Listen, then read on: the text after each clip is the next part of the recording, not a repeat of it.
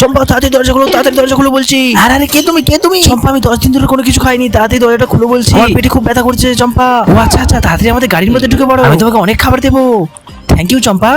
আরে আরে এটা কি? দাদু প্যান্টের পকেটের মধ্যে ওটা কি লুকাচ্ছে? কি এমন জিনিস আছে যে দাদু ওটা প্যান্টের পকেটের মধ্যে লুকাচ্ছে আর ওইভাবে হাতে চাপাতে ধরে আছে কেন?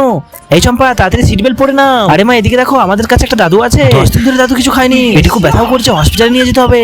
আচ্ছা তাই নাকি? তাহলে তোকে তাড়াতাড়ি হসপিটালে নিয়ে যেতে হবে। এই রে, এই নাও ঠান্ডা ঠান্ডা জুস খাও তোমরা দুজনে। Thank you Chhutki. হ্যাঁ কি 10 দিন ধরে দাদু কোনো কিছু খায়নি বললো, আর এত ভালো করে জুসটা খাচ্ছে। ছুটকি সোজা গিয়ে বাঁ দিকে যাবে। আরে আরে আমি হসপিটালের রাস্তা জানি। হ্যাঁ একটু তাড়াতাড়ি চলো না ছুটকি, তোমরা ভালো করে বসো। আমার তো খুব টেনশন হচ্ছে, দাদুকে দেখে তো মোটেও মনে হচ্ছে না যে 10 দিন ধরে খায়নি। দাদু কি মতলবে গাড়ির মধ্যে উঠলো? বাপরে, আমি তো কোনো কিছু বুঝতে পারছি না বন্ধুরা। তাহলে কি দাদু শপিং মল থেকে কারো পকেট থেকে মানি ব্যাগ চুরি করেছে? মানি ব্যাগ চুরি করে নিজের পকেটের মধ্যে ভরে রেখেছে। তাহলে তো তাড়াতাড়ি পুলিশকে একটা ইনফর্ম করে রাখতে হবে। বন্ধুরা তোমরা তাড়াতাড়ি একটা করে সাবস্ক্রাইব করে দাও। মা তাড়াতাড়ি গাড়ি দাঁড় করো, আমার খুব জোরে হিসু পেয়েছে। আরে আর একটু রাস্তা আছে, একবার ধৈর্য ধরে বস। আরে মা আমার পেটে ব্যথা করছে, তাড়াতাড়ি দাঁড়াও বলছি।